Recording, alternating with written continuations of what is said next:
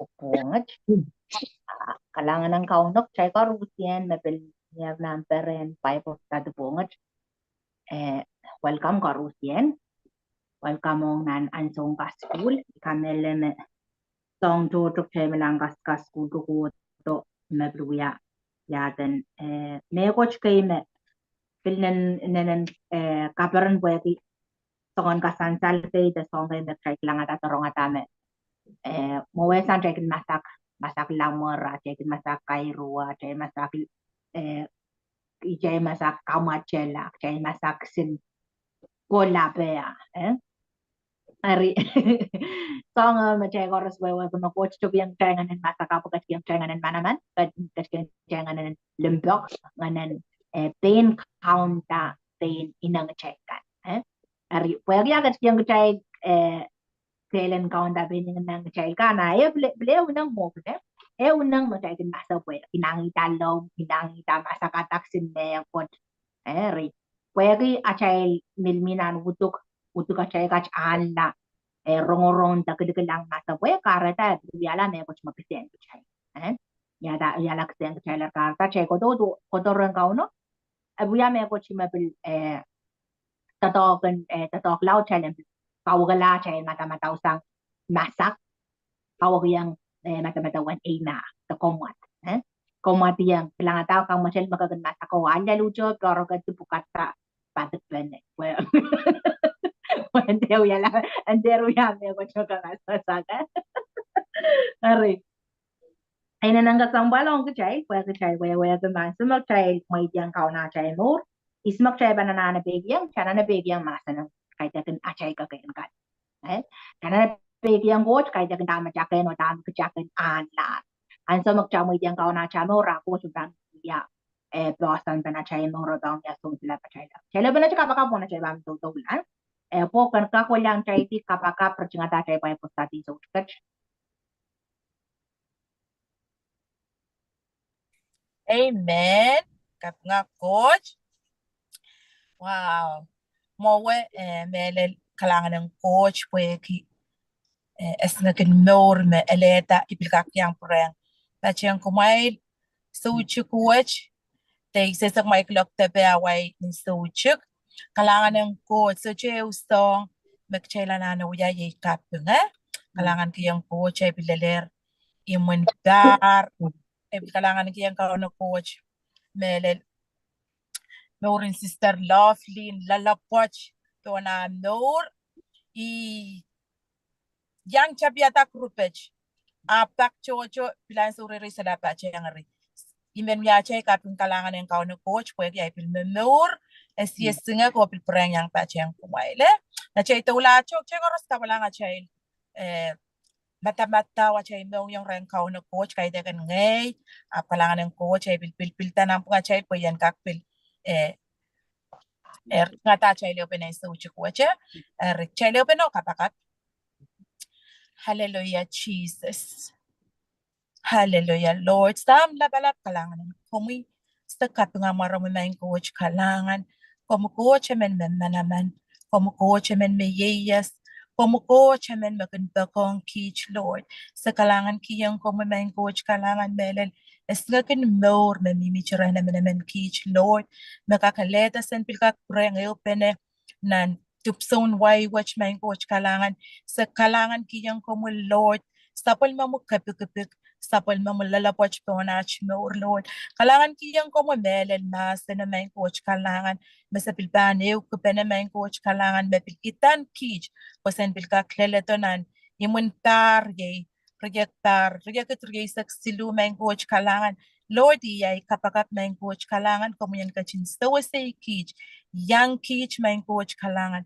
pwede sa church kel may coach sam pakom sa chabankin kachin yang kich Lord kalangan kiyang kumu Lord sapal mamunasan tuwanam kachin masan ni may coach kalangan Lord makom kun kachin kanangamayang amanamen kich koros pwede kakom sa chakupur kiyaman kich ang lagtakla apye ko from Lord sen ka wali ya kapalamen coach kalangan so bisang nanti po ko tong ko sa kalangan kiyang ko Lord melen back church sa kinmiyata sapong apye ko mo kinkachin bakong kich o ye yang kich ran chorus kalangan kiyang kumulot medel menemen kich chorus medel rigay saulang kan nono kan tergay sarapin kan chorus lalapoch po na ray nor men coach kalangan kiyang kumulot Boston merayan kilot kompachin kalaw telach Boston po na nor lalapoch men coach kalangan basta-masen coach limbagan coach po na nor lot kalangan kiyang kumulot dame sa pilpaneo ko penakas kulot sa chukich mekoch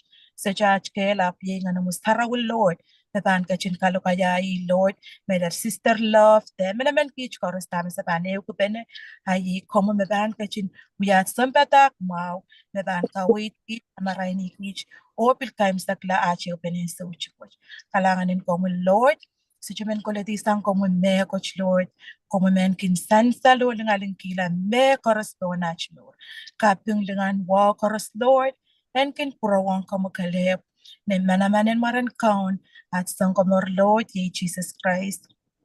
Amen. Amen. Amen. Amen, amen, amen. Kailangan ng quote. Tap nga quote, kailangan po na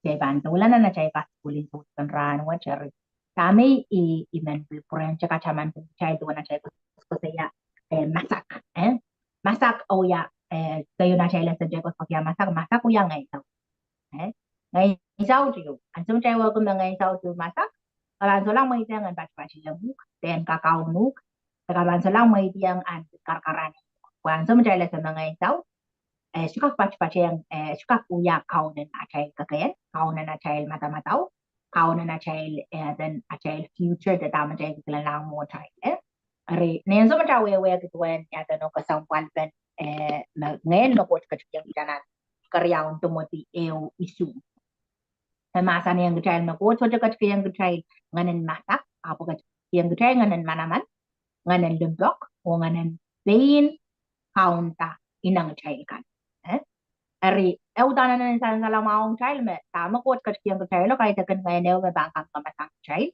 ta ngayon me bang yung luluwa chiyang, masapwek, ari yan dami, siya kachiyang child nga nan masak. Ari mako, siya kachiyang child nga nan masak, ay ismang may dang kachiyang yung mas masapwek. Kaya ismang may dang kachiyang niya, so masapwek, ta masak. Ari, niyan sa mga child, kinut lang, laban na kayo man tama, masak ko yan ngayon sa utri. Ngayon sa tama siya bang uyaya ngayon sa na James kaya James kayong picture de mau irajujuk tuwaw kayong picture de mau pwede so siya buksa raw lo kaya mo be siya na asa picture na ibang wata buksa raw mo be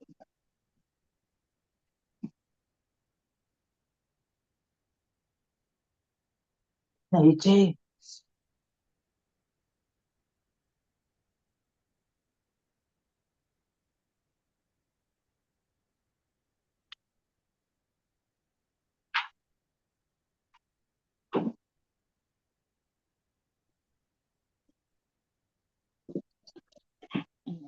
ano kala may buksa raw mo be okay nangayong picture kayong picture de mau tuwaw pwede imanandahan sa mga tama ni Chelo kaya mo pila ko sa iya kayong picture de mau irajujuk tuwaw at bang kelangnan bukan Chelo bukan lo kaya mo be akada yung child irajuwaw ko sa iya Eri kumail changachang niya mail Boston o kailail o kumail ese Maryamail sa ulang kan wasa koros ng tamba kumail nila dan sangon lokolok mo kumail kan nila lale okay isme kos ko siya ng rajujukan chapuratala na rajujukan irajujuk walu pa ng aktan sada irajujuk isu tan kumail may dong amay punot koros pwede agan kachin apa-apa li kumail match kos ko siya food Rajukwalo dan aku mail onono po masa-masa. Wa amay lungun chichiyo chabel kan koko sali tuwa cha layo naman makan warwar. Rabarabaki isme bang katalela. Rajujuk tuwa ko siya. Ari kumail chang ni amail bosano kelay long wa kumail mer yamail sulangan koros dan samba ganyang kumail nila nan songan dokolok ta kumail kan nila lale. Ari isma challenge pedian te isma challenge kalau jangan cai poton o cai dan kai lai longi ime kos kos wasat isma cai kai lai longi cai dan kai lai long imun chichio setan hari setan macam apa metau wela ime ya cai long chichi Poson magkailan ginagren price makaranta chay ka ina and so by kapal kan so by ka song kan or chay gawin. At amin na niran irong bukat ka din chay tanan yan. So may bang ko ban chay banun so by imun jiyo. Kaidan chan kaman kaidan chan ka song baliki. Kaidan chan ya dano kamalay lay and tak chan kailaylin uwong. And chan kailaylin uwong. Bak chojo masakin laldong ka chay tama chay kailaylin yan kailaylin chan. Kailan ruksak kailan bonses kailan momenta me sojo me ko okay nari anzo warusa ma jay bigin kailan momenta me sojo me ko ay min sel mo atama na wasan wata wata kada deng chay mo chala na peliya chana na uwo chana ne kauti utan we need to chala na no tan pelianta masak ko masakan der mi chay pelianta mun jiji ko mun jiji der ka kaun chay pelianta ti po ti ben der ka kaun chay pelianta meswat pa meswat and der ka kaung chay me ko magas cha pelianta niang wewo ga meswat yamuk tame bang ya aban kaunuk ta me ko magas cha pelianta tu cha ma cha ko sia kwa kwa eu me ko me chai dien don be den don be chai ten pilo lam don be chai choka mai dia ngaramasan ya ma chai la ramas kwang be ko chai la ramasan ta to macam ban armas pangko dan macam lah tu macam kan nanti yang kamu galta boleh men toko toko lang tiran macam ko stamin pandau tan kuinin cuna ni mas stamin borapa aru dan e peluya me ko cima kongong ai kecil macam nanti yang beli yang dan nanti yang kamu galta nanti yang ya tak boleh enma anso baru tu macam dah tahu kan kak kunsak dan macam mau rin saulang iya me ko cakap dan anak kayun kongong ai kecil nyan so macam ambil ya tu no macam ambil kowe so baik imunjijio chadeba pangata chadeba pangata chadeba udu punya semua kaban udi abang kau kata yang semua kaban so beisan tak kaban bon sela tak kaban mo ngata na shumi wata aban kau nu kata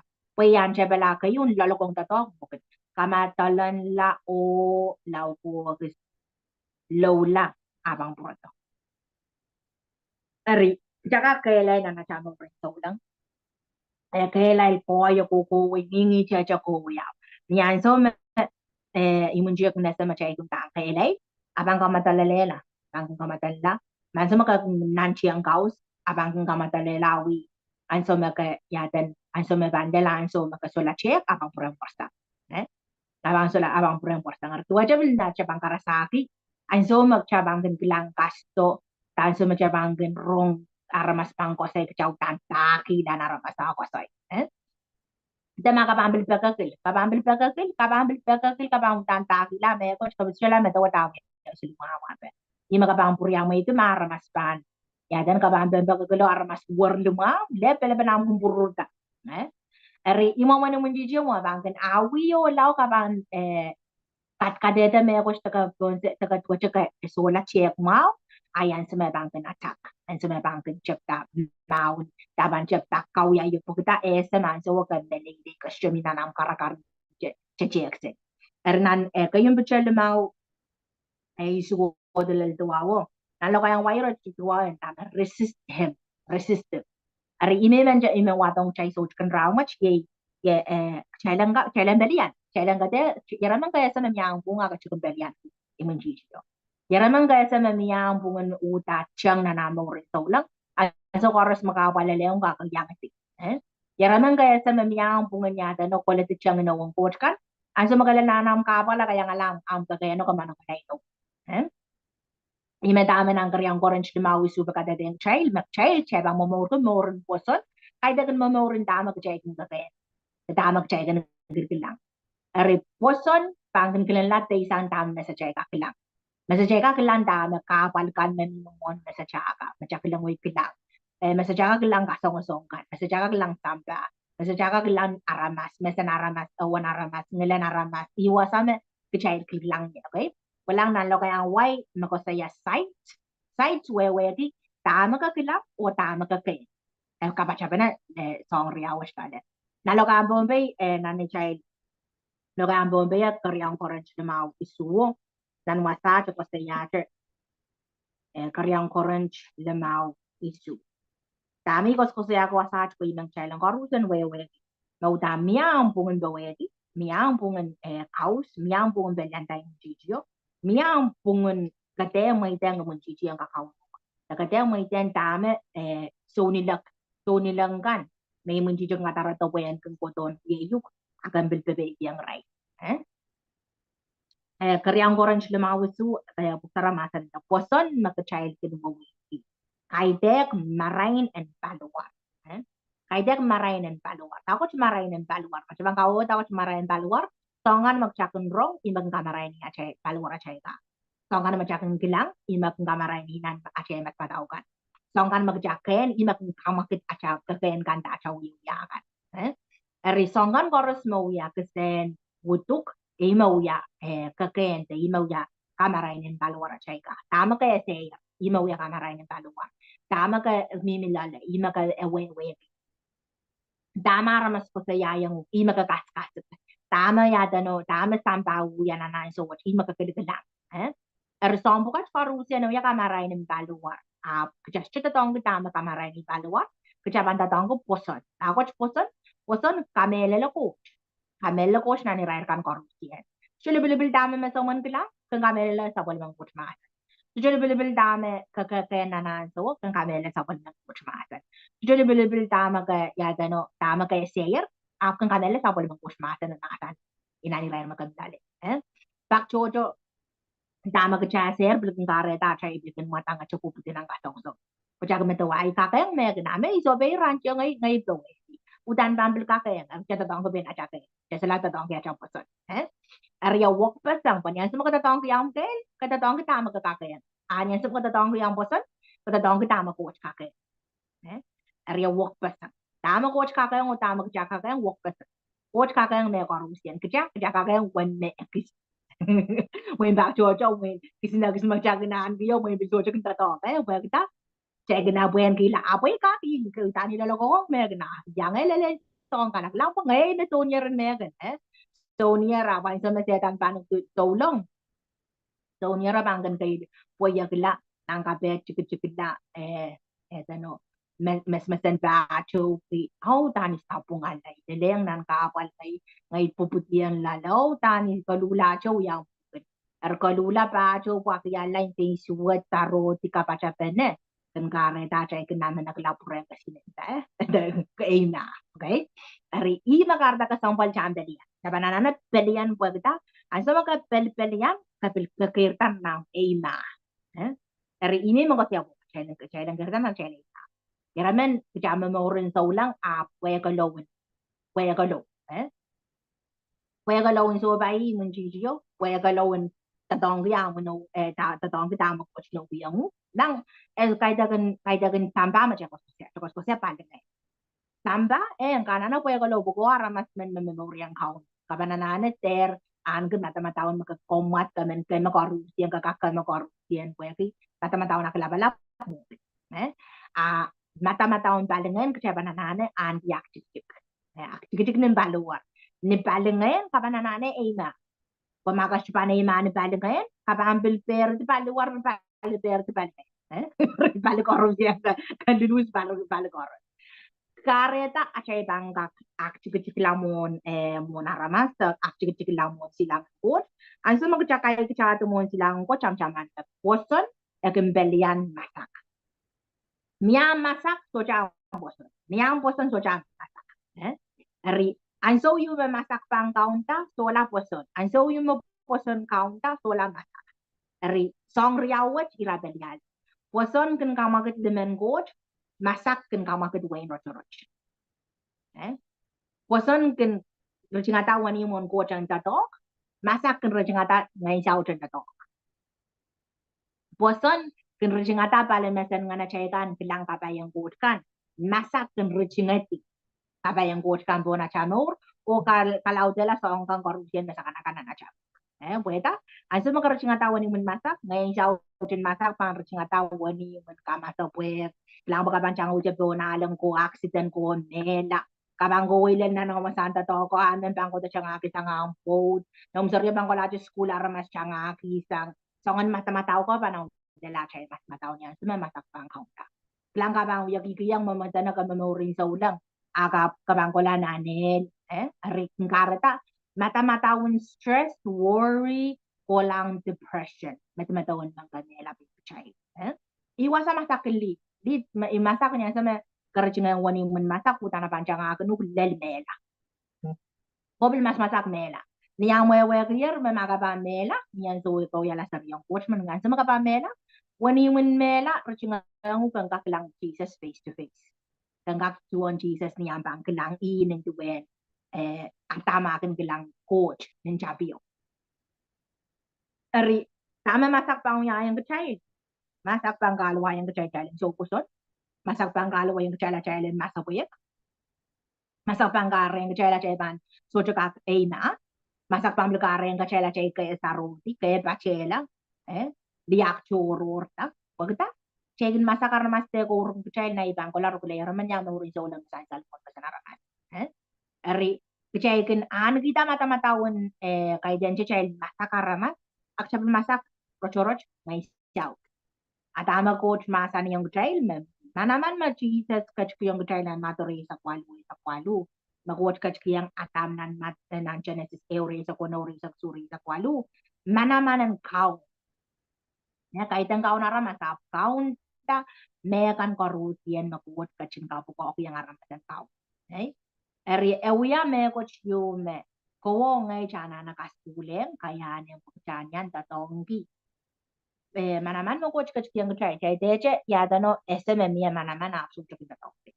Aman duweche mga kawara mas menano mo miya nom tal met chakay mina ng kaselel nom kap akap malamim ng binsang nan doon tal ko wala peleto chenu jam nom tal makasala peleto chenu franco rosco kangkang mga sanan chen ang sumakakula ko rin mga sagan nagtala nom doon tal ka ba nom menem soup ap miya nom tal mabailaw nan ang mentality yo tama-tao mata-matawan masuja happy Hari ma tama coach ko ngayaki tama coach ko ngayaki Joshua dan sosua eo ira chuk tuaw kaya ki emblu yame ang kongong melang ang sama coach ng pilata sabal na chon tato ang kachkiyang kachay na ang kachkiyang kachay koman ang kachkiyang kachay poson nan Joshua eo tuaw ko saya chama-chaman may tayang care ken kailail o koman kader masak telamalam chik kaya ngay kauno coach makin iyangu wasa koros makabang kin kulay ari ino yumech wasa koros makabang kin kulay coach pa niya yang wasa koros makabang laliya miya silabo miya perabo miya buelpo miya sawasto ari icheme ya dan tama coach kango ngaya kay Joshua dane kaya laylo komat kader masak te lamalam chik ari Kung labi lo kaya kach karusien uyan yang kakela yun. Nambeo je kos kosia kan kele ako kele utachang kada wakit kommat handakan kommat wewe kita politician tama ang po iramen magaya sa makawasar yang po ta karong atachang ilan may saw ta ka politiki yang po ngan yang po to yang ngay saw ka biljang aksalita me ngay saw kos kosia andame kate kanya dano kater masak wewe kanandi ma niya wewe ko and that ter masak ter lamalam chikla te korusian penlelang na lamalam chikla and so me chay kung ya kapakap me ko cho chay klan na sa chukilang pasabang ba and so che nakabeda chay ka kung chikla ka sa ako kayo ma so ma chay kapakap ya rampas so mga chay penini Jaya kapag chay penini poran mau la aso so mau ya la la wam kapag ayo so mau la kaya kin so nga chay po so pasakaw ari tama ka sampalong chachan ko yung ini ya sumagot masa ni kader laman ang tikla kaya den ko soy chen yun ko soy the masan watch tren inola tama coach masa ni na pwede ngay kauno coach makni yang wasakor mapan wala yan utana ba yang chay wasakor kos yung Joshua no pelong kong ran wasakor macam wala ya wasakor macam dia kana na wewe kedang watch yang pecah hari anso macam yang kaliap chang nanan wak sang aja bangin niara mas yang kerja chang nanan Ang sa makakalepo, pamas perkapan, patan mo tilo, kakilangoy mo, kilalapay, kilalangri. Ang sa maramas yang kunan sa ko chang uy, akakukuro, makasakasay, mapere-peren, kamano kala makachang nan, alew, matiran sa, ay nanamiyang paparapar. Miyam kaporo-poro, miyam, pinagmatatawan, kapere-peren, na naramasyuron na sa. Erkachang kakanayeng, kapkasto, mas masaway po. Kapere-peren ko. Rintuwa chacha wewe kuma kraisi yang kacha. Anzo koros mo kosi yang kacha wasa koros chalalia. Ime bam lu yang kacha mata makacha mie sila pacha mie yang acha mie son. Epol pacha te mie me ban lu yang kanga la kai chan ya cha bam sisi la ko kan ko wach. Okay. Na bukan matu isak walu lel risak. Matu isak walu lel risak.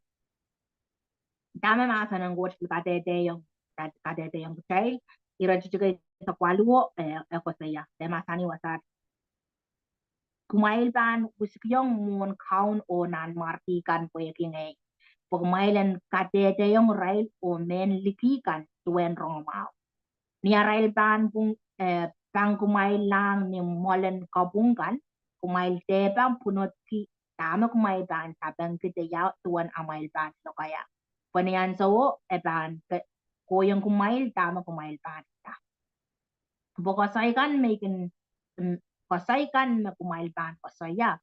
Soja ban ko sang remay. Abo ban sang ren ngan tarawi. Nganen ban sang ren nganen samamay meban aloko kumay.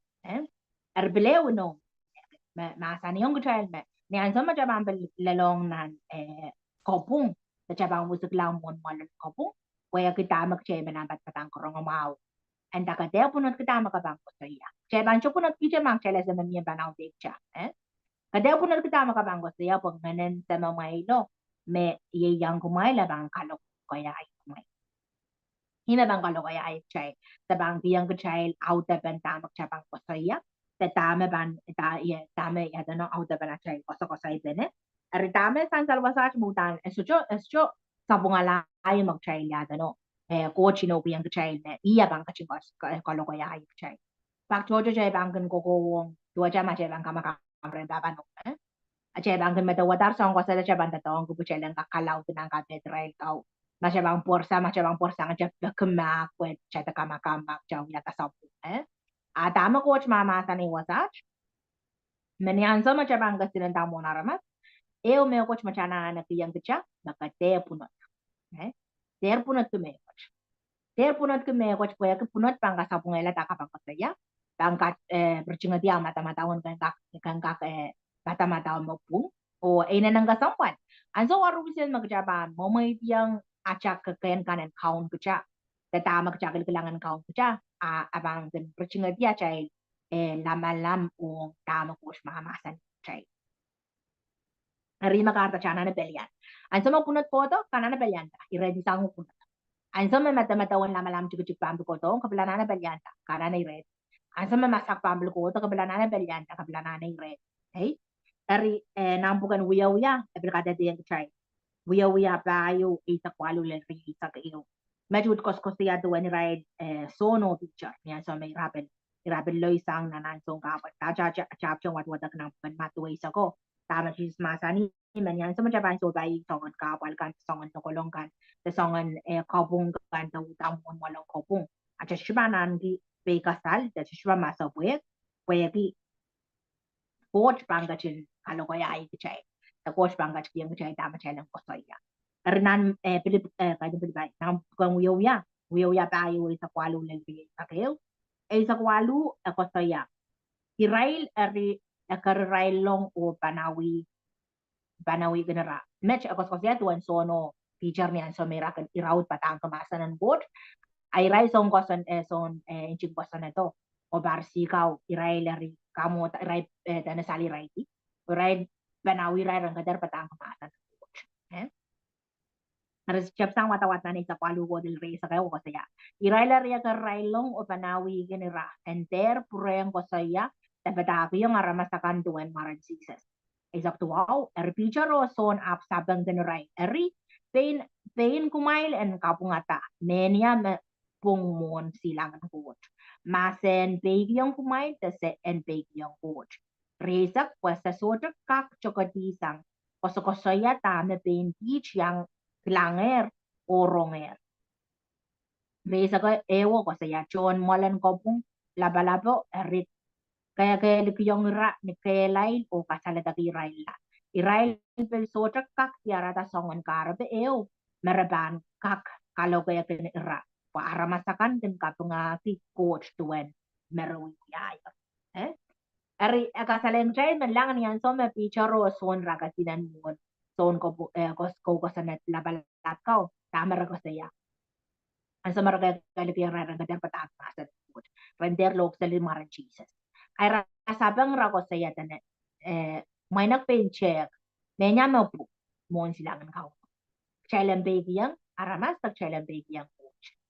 Ang tama kay sa bawnya kits chukak chukak di sangko sa saya tama sa pink langer o tama kits pink atete. And dami sa chukak chukak di sang tama kits pink langer o tama kits rongorong.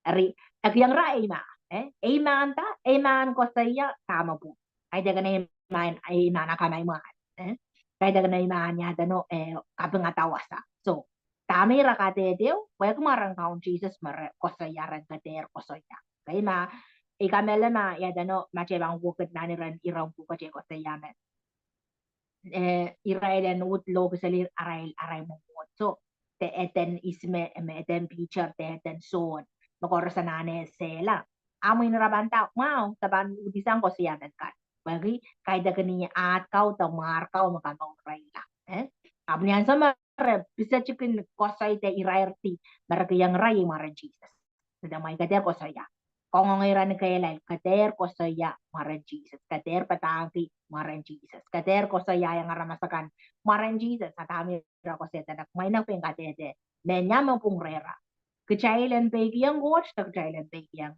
ara masaray ko sa tiyo ko sa akit ninduan at ronger ninduan at kelanger tatogan Jesus sa shikak chuka di sa ko sa saya armyara ema and kak uya la ko sa saya maragaw Jesus macam luwadag na ni radyo create sa tuwaw nan uya rayo radyo create sa tuwaw dan eri may nga kaun kung mangi kailok narawya kung gachin kupure yung beach sabal mo mula tupukat then postoya sabal mo matahasan ita ari bile me ko me Israel wan baron ko because saya wasach rokostoya me rewewe kiyem tuwang kailok marasoso bay ansa makagan so bay kailok kagan ima ta kagan maragas men dengar ngara kamen beya kamen akamaya kamen rak tawa-sawa kamen ipanet tatakan ng kolum ta dame sang wasach iray ka baga rakosayang gaon no rakosayang gut na ingot kung maangir kay dok masoso bay ima sabagi kachkiyang beach sang kakan na ki hach koskosaya sa pol mo nasan Rasya pagi kochen kawela ray ngor rasya pagi kochen ray Raja bagi kochen kamu braila tamara bagi kochen kachkiyang ray ena Ari ema yan sama yang ema kakak bebaw sila tatok yang kuot kakak kasinenta siyang nandama kuot kachkiyang o niyan sa woche kay dagan low mo na chay koskosaya koskosaya ema pwede chay ta kosaya na kochmang po tama po marangkaw Jesus pwede imaro makanaw lara mas koros imaro manaki yang chay kan imaro mapo chay la imaro meron siyang atawani magchay lang nga kang puro na rin sa imaro makatokoy chay bene po ngay coach katokoy chay lang ren kauno imaro mo yata pris nang bukan ray kan metiban o coach taraw imaro mo walianti aramas tiban kan nyala men chompen tiba chay kan mon silang coach tarawi pagchay lang kakyang kito Ari estro kay dagan je edano mar male mar do ng isang mar karusien Erbuegi yaw mare mo ng isang mar karusien irailan ki ena enda amen koso ya tama ra bagrengoch kay dagan kay loko masan che ta sen wen si jeno kung mangir masa susubay kay at tama sa papi kachkiyong reach ena pasan kakalkalong sa putasan Ema ngal ko logo sabol ng coach master. Eri ay na insan sa lamang chame. Ema euya tatoken doe titu. Ayan so magcham yer ema.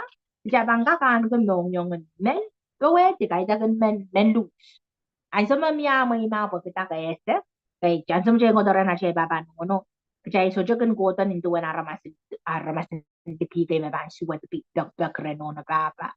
Tagay don para ulung ra. Tagay don para walira tagay don para takine ko pagchela natin amara masindo kay tarmas kay magchay sa church ka kaya lucho kakakita na chala ko po yan wala ang kwenta ka na rice abaw ya me ko chi magchaban pero magchaban ta inamen nang pag rena ramas kay may tese isuwad kay ya me ka are baba no sabi ka ko la chana no na baba no biwas ang rai so mga baba no rana ko to rana kwenta kan rice dami ko saya ako masabi. Kailangan sumat kaya sila iskoran ka, no?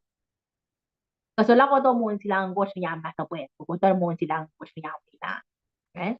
Yan sa magkakoto mo silang coach kakoto ng tuwa na niya sa riyang coach. Yan sa magkakasinanta mo naramas. Kakasinanta mo naramas ng tuwa na niya. John to ako coach. John to ako coach. Tami ray warang pasalayang kuchayan resak tuwa nan bukan uya kada yang child tuwa na ray kabaka. Wala ko Rasoso bayi kailok, rasoso bayi pelia benaray tatok, rasoso bayi laro, rasoso bayi kalokolok. Iray utara lelong kalokolok bebegopi. Bebegopi kolong nan macangkit aray batang sa lumara cheese. Ap tamara bil bakreng kauna rasya bakreng kauna melaw piyang gich manamanan sang kakanta kamu manara kaska. And that piyang gich ma wasan kak bata-batanggi tabal mo menasan. Sangga kuya batang kasawan masan. Ernian so magtrabanggan laleong nan kapal, nanan so machay laleong ng kapal, kada suwat ko datang kumarachit. Kapal may ko saya, ang so magaloy sang nanan so me, ngayon sa stay mo jija bangkan ataku, tatong kumarang county.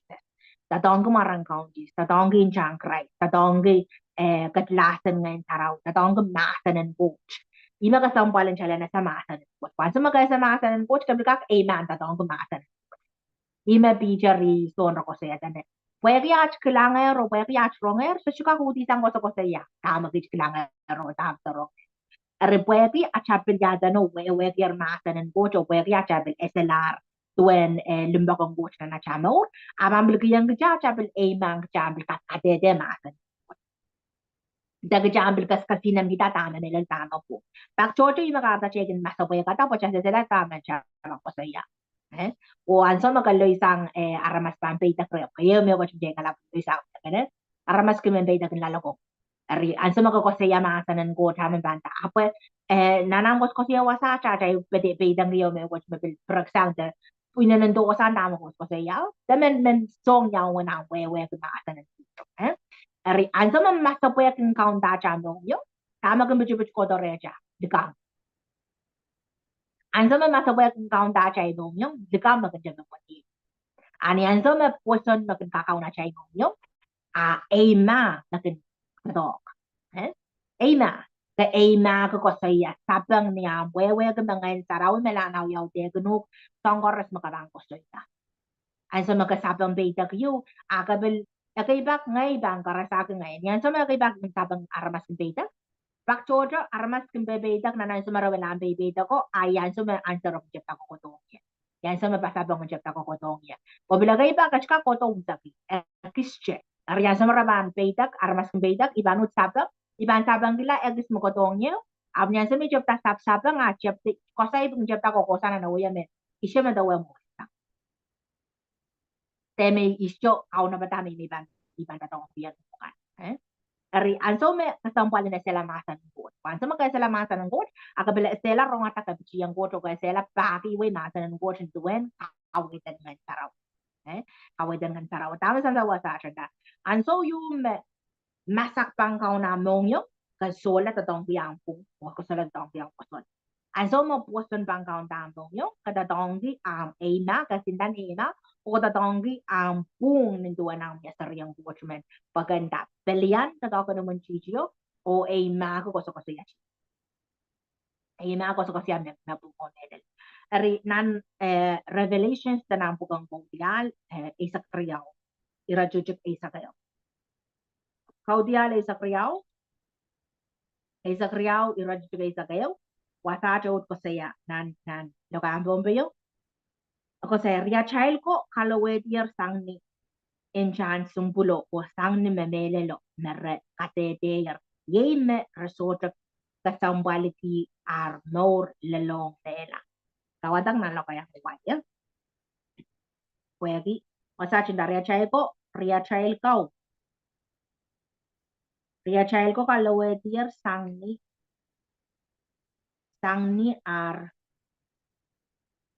inchan sumpulo o sang ni memelelo merakate dia yay merasota ka sampal yar por lelo nalokaya wayanda and they overcame him na koskosiawasa in Chicho by the blood of the lamb and by the word of their testimony and they did not love their lives to the death Eritama wasach koskosiya in child me and so me Pewedi macam kosera chay ko Israel wan paron ko Israel kan beriyang kauno o Israel pewedi tamera pewedi tira tame pewedi sang ni inchan sungkulo sang ni inchan Christ rata dongin inchan Christ rata dongin karade inchan Christ melelin tama Jesus kachungya ton lobo pwegi ina kasaleng Israel melelo macam ko si inchan Christ songga inchan Christ yata inchan Christ karade ton lobo makakong di pachaykan Injang rice kada dun lobo kamakalig chay tatang achay saben kan ta achay so chakat.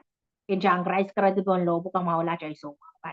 Injang rice kada dun lobo pointa. Pointa chay samba men tipo mela. Injang rice kada dun lobo mo yata kate yung chay makachay galak teriyang food. Injang rice kada dun lobo karen chepel awewe kung kwasta men injang rice kada to ye escuchao.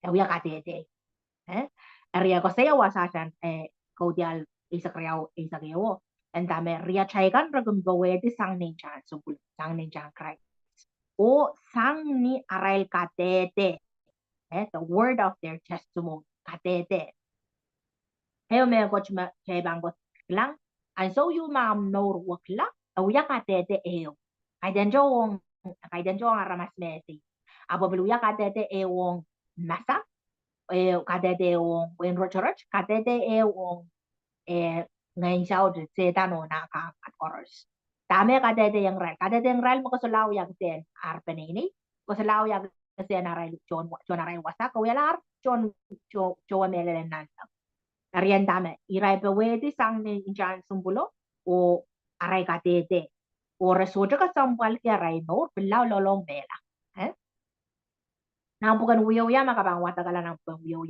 pon.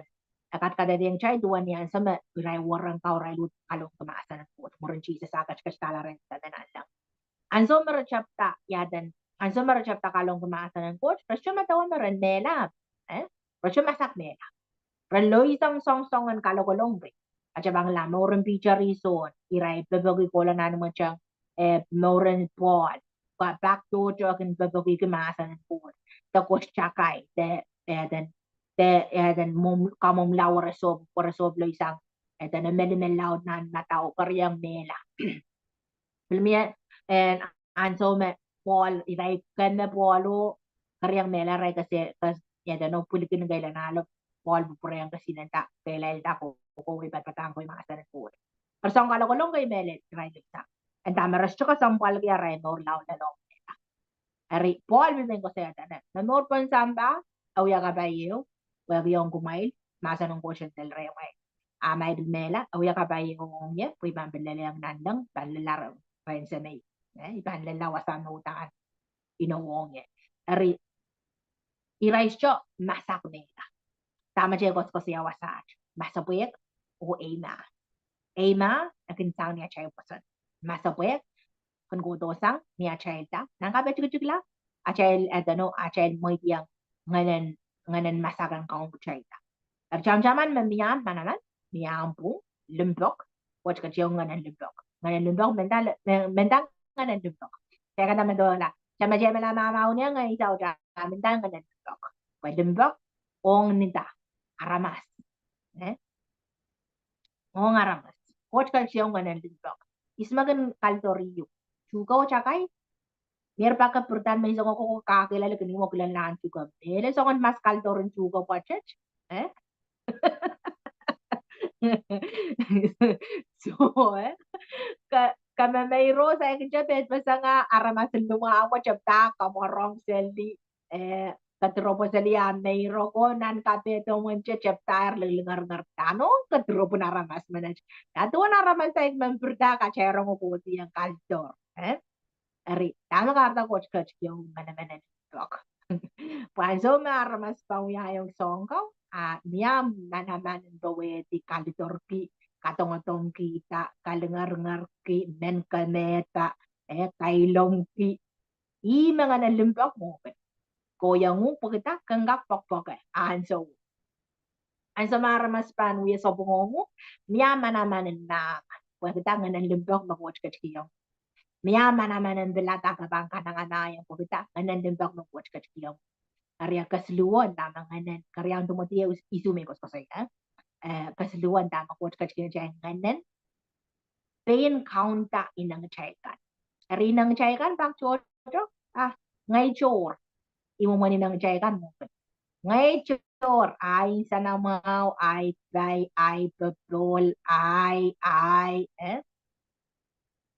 makayang sarme iputi taleb me korasa makayang sarme iputi Papanono ka sampal kunuk sa me cheko bilme korasa makayan sar me iputi nona baba ka sampal kunuk me koras kay dena arkare ta ambil an gumong yongen idor gilama to me korupsi ari songa tama coach kas kasalen chay wasach coach ka chikin changanen manaman menta member wedi Natawagan naman chichi koras bang katong kakakawin limbago o ngaramas pagda Cheshka koskosia macam kong goja kay long biaramas Cheshka koskosia no utan ngay so lang kelay ritan ni plok kauno ikasambal kemasanan goja kalitor biaramas o katong biaramas Cheshka coach kachki nga changan ng blok manamanan kan blok o coach kachki ang kachay manamanan kaun tapay ng chaykan ang sa may nangikan bil ng kaun niya coach kachki ang manaman yan ni reti yang kachoketi pwede uyamen karampo sa walman po kachpangasan nasa madawa ma Israel wamparon kau Israel wakwaki ng ray so may tayang nganan coach mo ko yung raylo tagachtior lala raylo and kaunta arail inangkat Ngayon kayo na sa marasoba iche saroti, trabahan saroti di sumure ang talong kumasa ng puto. Sa mga karyaon saroti tayo lokolong kumasa ng puto. Ngayon kamakam kayo karyaw tira islamin niya patang kumasa ng puto. Pagkita, inang rail ka, kamatag. Kamatag katoko. Kamatag kakasaro, kaluwach, kachikalan ang kapit. Pwede ko siya kachiking rail ngayon, may kakaweti aray dinangkan. Ijar-jar ay loker, lokolongki, plata. Plata maranta, nananching kalonggoy maasa ng moto ko tayo mawang course. Ang mawang lab chilo. Ang mawang lab na sa enjiyang ro. Ang mawang komorgan haramas korupsiyan. O ewiya na to kung pwede yung kong coach. Magchay ka ba? Tari, dami. Kaya na kinayan sa magtsaba kakao. Na kita mo kachiyong. Yaraman anaki manaman o limba ko kak takailalang kaon tayo ng kan anki siya menta karit men nang glass ko eto puan ari back chojo kay baki mo na chay kempil kilang laklan tama coach kachiyang chay sa ang karusiya na chay nagatala sudah dong isang bukas macam dong ko kita kechat so bay mencuci men nagchachuk lang kung sa tsaka. Pagkakta to ako na isang korupsiyan. Ang so yung ako to kasong yung posyo check kasi may dengan kaun ta. Kana. Ang so yung ako to kasong yung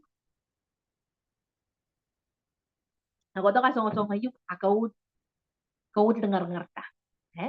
Kay dengar ta kamente ta kakailok ta kamo sa auto yung katawasaw. Ngayon siya mo daw yung katawasaw.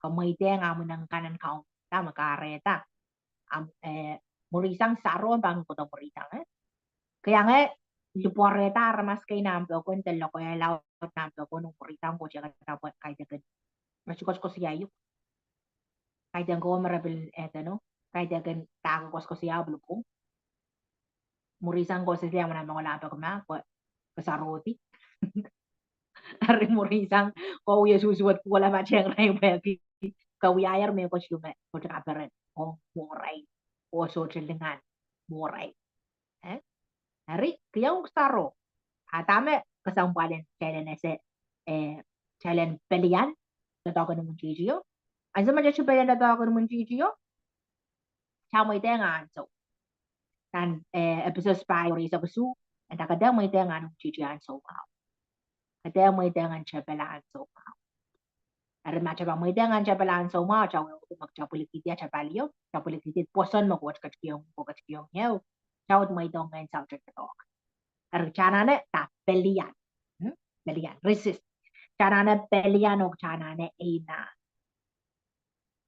Yaramen pelian taranach o kana alaka paperiti Asa mga pelian tar kachang ti wala diam kaunen wasama ka kaunen wala lakap niya sa som po tapi pelian ta kada may diang ang kau ta ari jekos ko siya match kita we ke makot kachkiyang kachay nganen manaman nganen lumbok nganen pain kaunta inang chaykan ari ninduan ako niya solang men memorun poson the solang men ana na memorun poson the solang men memorung o ay mor utang konengan so karusian tepa memor ke achaka ken kaya memor ko poson at yang kachay achay ko propor na coach kachin masa ni me achay ema o achay poson es yung sang ni achay pena achay ke apo sang bisa wal mang coach no kan ino me bang yang kachay ino me bang kachay yung chay dam chay bang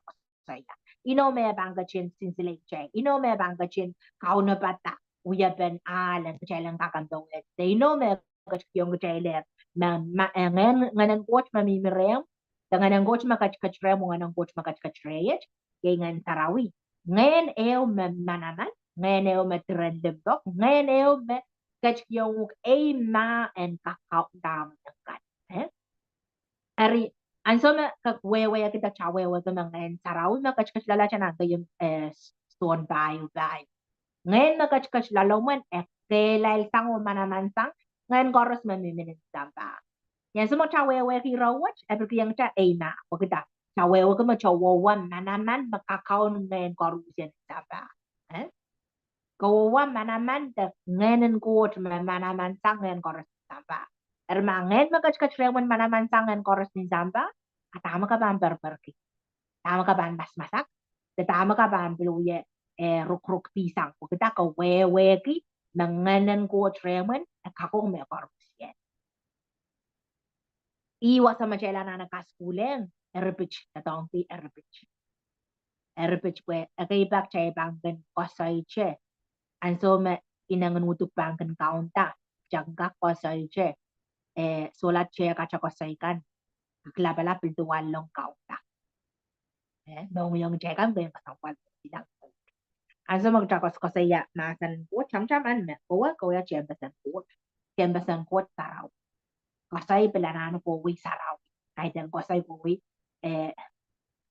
tokato ko pusupusar na nong yung kan wi kam mas kaya ki kita kejawe ki me masanan coach akin koto kapunga chay nor akin kota kaina nei ki chay kota kape ki yang chay lang ko luta echong koto po yung yame coach bebanta Dabang katawan kecala sang agan ko tong chapo ya kita entak kay kichatum bangkaw I masanan ko mo ngila na ramas ka ko to kachore kecala sang kaw na katawan kecala po kita ngilakang ngilawas ngilme tokatok o ngilme kaluwech masanan ko utana bang kapunga chamo kamet aba bang kay kichatum bangkaw abang kay kichatum bangkaw Chakak pelian Au kabambel belian apo eu jambel au nya beliano abel e wam dong yongan abel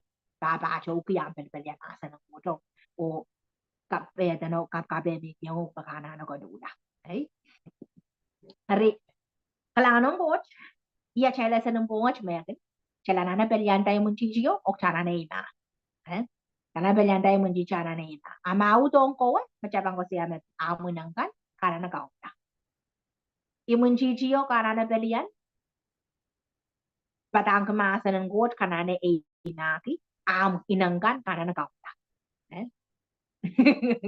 kada aja wakit pasang anzon batang kemasa ng god ka man kaunta ramat anzon nya dono kaunta inangkan akaman mo itatay ng kanang puita kay maki amo ng kanang puita anzon me kodore ng jiji aka wood proktisang jiji sila belian tayo mun jiji aka jangan tak jangan sampo kita ke kang belian okay ikin kalaprong aramas ngo saya dan utang kay lay agay lay elalogong masamao ap alalogong masamao kay lay jik sang tapolaman coach mi ban manaman coach nagkakailay long child po belye child me belye awong no kay den belye coach mi ban ang coach manaman ari child nga ko saya tano coach pia mamawon so dan mamawon yang child at saka mamawon yang coach makabakata setan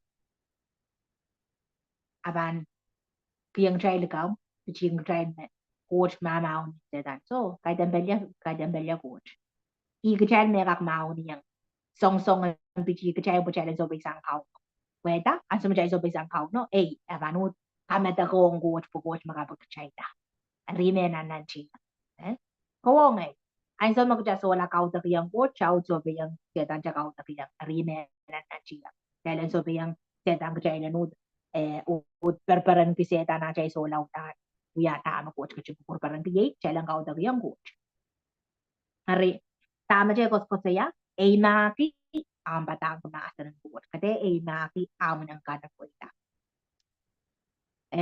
belianda imun jijiyo kate beliana takas beliana mun jiji chabel yama mun jiji en mogen o yadano kaunta nganan masak kaunta mo nang kan ang sa mga nganan masak pantuwal long ram taputo moragas karputeyuk kata may diang kaunta bagja ko siya masak muin week 3 hours siya ko siya masak ari inda ibili ko uro ganiya kaya ko siya kas school kan masak ari ngay jangan nan so sao ni pongnyat mo ngay jangan ko lang nan so sao ap tua che irong nilanta klang pas to sa ban jangan to loy sang klang pas to sa moment pam pre kap pan loy muray tua che ko sai ko tanan sa lang ngay siya so ni pala jangan ansame ipragda balye so sa mo muri lang pas to sa jangan to muruman no karen tua che ngil ka hari anso may rong may rata songan nan to jan ang kali kang brang moment ndeng kali po uta anso man jab tau ta inda chaman ta kos ya masa yan ana yebe kaung ta ay jab ta kos jab ta ka barang kaung cheese si red nganan masak jabang kaung ta no i ready waray sto sa mo mur bale ka rusian ban per kay na pa per ki enchang Christ yung lang ang kaung no kan sin sila ya kabaka bila John drive po na ano ko anso man jab ta kabaka sola ken sin karbutin masagor ta orta gong bilyen ari ina karta ka sang balong cha cha tang ya cha pu ndo na cha sari yang coach yaramen mai diang cha en tai ruk cher chiang re ma an so yung magkakanta me coach makai da kinsang ren kau no kate ka na cha kate po ale si kate kai to dok ya la sang pwede ka tara kwai ko wegi an so makabang ka man to yung jiji me pil lalagong berat Bangkay dom mabandang kawela am daur ari kalangan go chay ban utu wasat miha chay liren kalalapak awewe kapachapach Dan salmata chay school ko bungat. Okay? Okay, amen.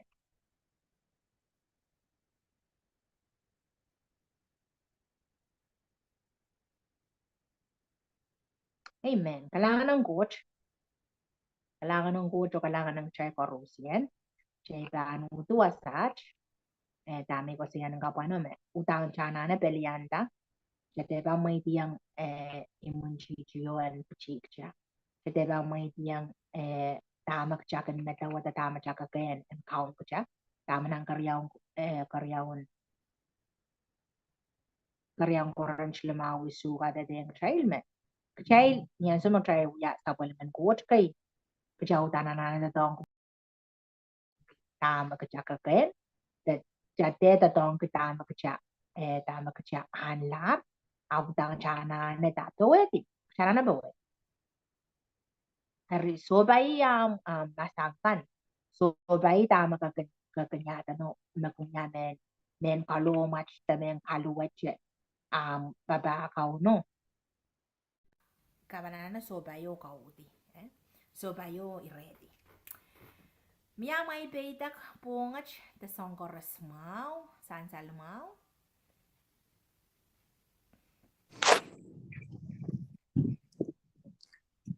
Salamat.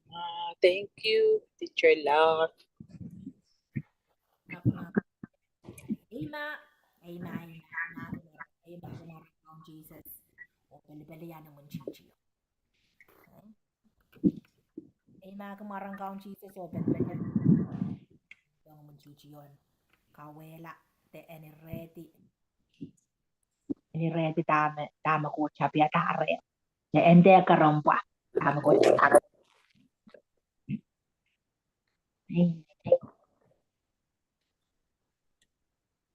Nipitak sa meche kan.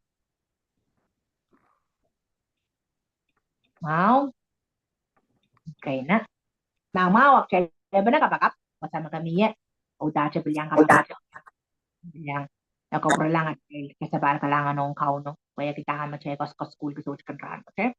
Thank God sa kapampiang ko mo Lord ngayon makumpaching-kach kiyong preaching ng masaraw. Nauya sila batch. Nauya son kamwech batch.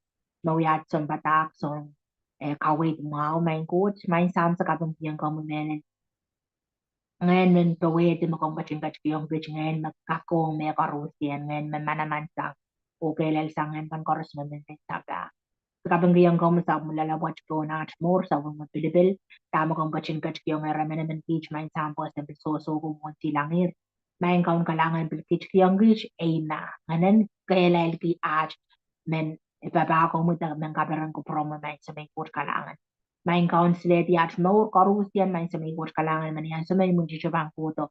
Main kaun kalangan sa banan ti erbich sa bananan ti pen wasa ong sabulong makawit main ko dyan palihan tayo red kawin lang ako ng sitio karos tabi songan karampwa tasongan kaluwa siya tasongan kawa kala dama sa balatar po san uya po san baba ako mo main sa may court kalangan Lord God sa bagang ng masaraw main sa may court and Lord God tola ng sa mutatok and Lord kawit sa kawin sa ewo matamataw dewo no yung main kaong kalangan mo sa kakanina sa kakambelbelian mo jijian sa karos to chuk pisang o may sa may court kalang sang kakabit mo lang may sa may court or kaporoborkan ko mo niyan so karusian na nan so karusian may ta main court ka ba dama naman kish niya sa pablo purpasang tang na nash ka school iso to ground dama naman kish so bisa na sa wala kasan bongbong at may ta kalalela kachkiyang kish may sa may court kalangan ng niya chang sang kakanta repere o lord sin sila tama kong kaching kapok yang kicher tama kong kapet yang kicher may ta kapay dat more koros song koros masa so bay kung kachin mangi o kung nakachiyang hit kael and bawe dio pelihan tamay sa may kur kalangan utat siya nanas pa ko mo sa kapang yung mo song koros main count sa mga kuprong ko mo judge ka sa bad kalangan at kapang Lord God song koros main sa may kur na kanini sa mga yung kamay sa may kur kalangan ng maran double mong kayara sa Jesus Christ. Amen and amen. Amen. Amen. Salamat. Kailangan ko rin coach ang kabata. Salamat. Salamat. Pong Keban school niya talo. Imon niyet kecebaan sutra ka skulan niyet bang Okay. kecebang Okay. Kalangan. Ay na, pong mau ka Rusien. Wow. Karus. Ang mau.